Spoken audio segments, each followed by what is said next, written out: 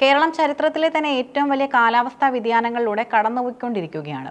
കഴിഞ്ഞ ഏതാനും ആഴ്ചകളായി സംസ്ഥാനത്തെ താപനില സാധാരണ നിലയേക്കാൾ 2 മുതൽ 4 ഡിഗ്രി വരെ ഉയർന്നു നിൽക്കുന്നതാണ് അവസ്ഥ. ഇതിനാശ്വാസമായി സംസ്ഥാനത്തിന്റെ വിവിധ ഭാഗങ്ങളിൽ വേനൽമഴ എത്തുമെന്ന കേന്ദ്ര കാലാവസ്ഥാ വകുപ്പിന്റെ പ്രവചനം ജനങ്ങൾക്ക് വലിയ പ്രതീക്ഷയാണ് നൽകുന്നത്. എങ്കിലും മഴയോടൊപ്പം എത്തുന്ന ഇടിമിന്നലും നിലനിൽക്കുന്ന കഠിനമായ ചൂടും സൃഷ്ടിക്കുന്ന വെല്ലുവിളികൾ ചെറുതല്ല. സംസ്ഥാനത്തെ 12 ജില്ലകളിലാണ് കേന്ദ്ര കാലാവസ്ഥാ വകുപ്പ് യെല്ലോ അലർട്ട് പ്രഖ്യാപിച്ചിരിക്കുന്നത്. ഇതിനർത്ഥം ചൂട് സാധാരണ നിലയേക്കാൾ അപകടകരമായ വിധം ഉയർന്നു തന്നെ നിൽക്കുമെന്നാണ്. പാലക്കാട് ജില്ലയിൽ താപനില 40 ഡിഗ്രി സെൽഷ്യസ് വരെ ഉയരാൻ സാധ്യതയുണ്ട്. കരിമ്പനകളുടെ നാടായ പാലക്കാട് വരും ദിവസങ്ങളിൽ ഉഷ്ണതരംഗത്തിന് സമാനമായ സാഹചര്യമായിരിക്കും നേരിടുക. കൊല്ലത്ത് 39 ഡിഗ്രി സെൽഷ്യസ് വരെയും കോട്ടയത്ത് 38 ഡിഗ്രി സെൽഷ്യസ് വരെയും ചൂട് ഉയരാം. ആലപ്പുഴ, പത്തനംതിട്ട ജില്ലകളിലും ചൂട് 37 ഡിഗ്രി സെൽഷ്യസ് കടക്കാനാണ് സാധ്യത. എറണാകുളം, തൃശൂർ, മലപ്പുറം, കോഴിക്കോട്, കണ്ണൂർ, കാസർഗോഡ് ജില്ലകളിൽ 37 ഡിഗ്രി സെൽഷ്യസ് വരെ താപനില ഉയരുമെന്നും കണക്കാക്കുന്നു. തിരുവനന്തപുരം ജില്ലയിൽ താരതമ്യേന കുറവാണെങ്കിലും 36 ഡിഗ്രി സെൽഷ്യസ് എന്നത് അസഹനീയമായ ചൂടായി തന്നെ തുടരുന്നു.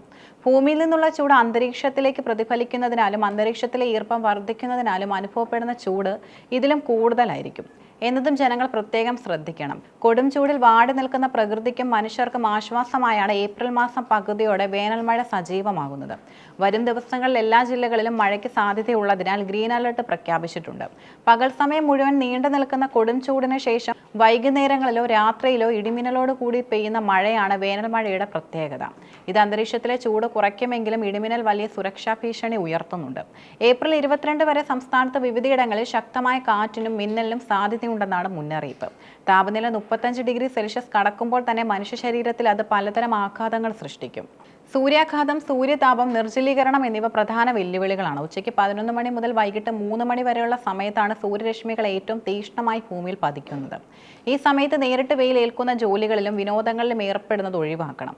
ശരീരം തണുപ്പിക്കാൻ ഏറ്റവും നല്ല മാർഗം വെള്ളം കുടിക്കുക എന്നതാണ്. ദാഹം തോന്നിയില്ലെങ്കിൽ പോലും ഓരോ മണിക്കൂർ ഇടവിട്ട് ശുദ്ധജലം കുടിക്കണം. നിർജ്ജലീകരണം തടയാൻ പഴച്ചാറുകൾ, കഞ്ഞിവെള്ളം, സംഭാരം എന്നിവ ശീലമാക്കാം. മദ്യം, കഫീൻ തുടങ്ങിയ പാനീയങ്ങൾ എന്നിവ ഒഴിവാക്കുന്നതും നല്ലതാണ്.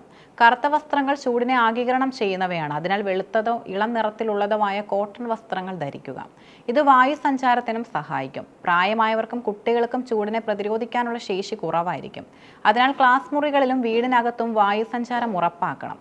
കുട്ടികളെ വെയിലത്ത് കുളിക്കാൻ വിടരുത്. വേനൽമഴയോടൊപ്പം എത്തുന്ന ഇടിമിന്നൽ കേരളത്തിൽ മരണങ്ങൾക്കും ഗുരുതരമായ പരിക്കുകൾക്കും കാരണമാകാറുണ്ട്. മിന്നൽ എന്നത് ദശലക്ഷക്കണക്കിന് വോൾട്ട് വൈദ്യുതിയാണ്. അതിനാൽ തന്നെ നിരവധി സുരക്ഷാ മാർഗങ്ങൾ കർശനമായി പാലിക്കണം. ഇടിമിന്നലിന്റെ ലക്ഷണം കണ്ടാൽ ഉടൻ തന്നെ അടച്ചുറപ്പുള്ള ഒരു കെട്ടിടത്തിനകത്തേക്ക് മാറുക. മരച്ചുവട്ടിൽ നിൽക്കുന്നത് ആത്മഹത്യാപരമാണ്. TV, ഫ്രിഡ്ജ്, AC തുടങ്ങിയ വൈദ്യുത ഉപകരണങ്ങളുടെ പ്ലഗുകൾ ഊരിയിടുക. പൈപ്പിലൂടെയും വയറുകളിലൂടെയും മിന്നൽ വൈദ്യുതി സഞ്ചരിക്കാൻ സാധ്യതയുള്ളതിനാൽ മിന്നൽ ഉള്ളപ്പോൾ കുളിക്കുന്നതും ഒഴിവാക്കണം. കാറിലോ ബസ്സിലോ യാത്ര ചെയ്യുകയാണെങ്കിൽ വാഹനത്തിനകത്ത് തന്നെ തുടരുന്നതാണ് സുരക്ഷിതം. എന്നാൽ സൈക്കിൾ, ബൈക്ക് യാത്രക്കാർ ഉടൻ തന്നെ യാത്ര അവസാനിപ്പിച്ച് കെട്ടിടങ്ങളിൽ അഭയം തേടണം. ലാൻഡ് ഫോണുകൾ ഉപയോഗിക്കുന്നത് ഒഴിവാക്കുക. എന്നാൽ മൊബൈൽ ഫോൺ ഉപയോഗിക്കുന്നത് കൊണ്ട് കുഴപ്പമില്ല.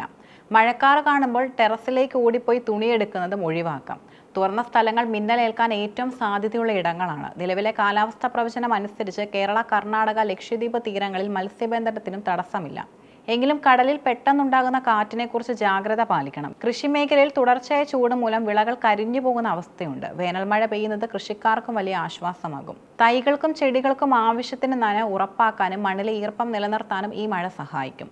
എന്തുകൊണ്ടാണ് കേരളത്തിൽ ചൂട് ഇത്രയും അധികം വർദ്ധിക്കുന്നതെന്നതും ഗൗരവകരമായി ചർച്ചയാകേണ്ടതുണ്ട്. വനനശീകരണം, വയലുകൾ നികത്തുന്നത്, കോൺക്രീറ്റ് കെട്ടിടങ്ങളുടെ എണ്ണം കൂടുന്നത് എന്നിവയെല്ലാം അർബൻ ഹീറ്റ് ഐലൻഡ് പ്രതിഭാസത്തിനും കാരണമാകുന്നു.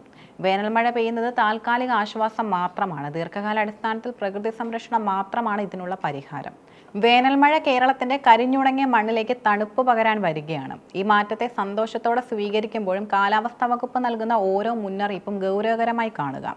ചൂടിനെതിരെയും ഇടിമിന്നലിനെതിരെയും നാം പുലർത്തുന്ന ചെറിയൊരു ജാഗ്രത വലിയ അപകടങ്ങളെ ഒഴിവാക്കാൻ സഹായിക്കും. ദാഹമില്ലെങ്കിലും വെള്ളം കുടിക്കാനും മിന്നലുള്ളപ്പോൾ സുരക്ഷിതമായി വീടിനുള്ളിൽ ഇരിക്കാനും ഓരോരുത്തരും ശ്രദ്ധിക്കണം.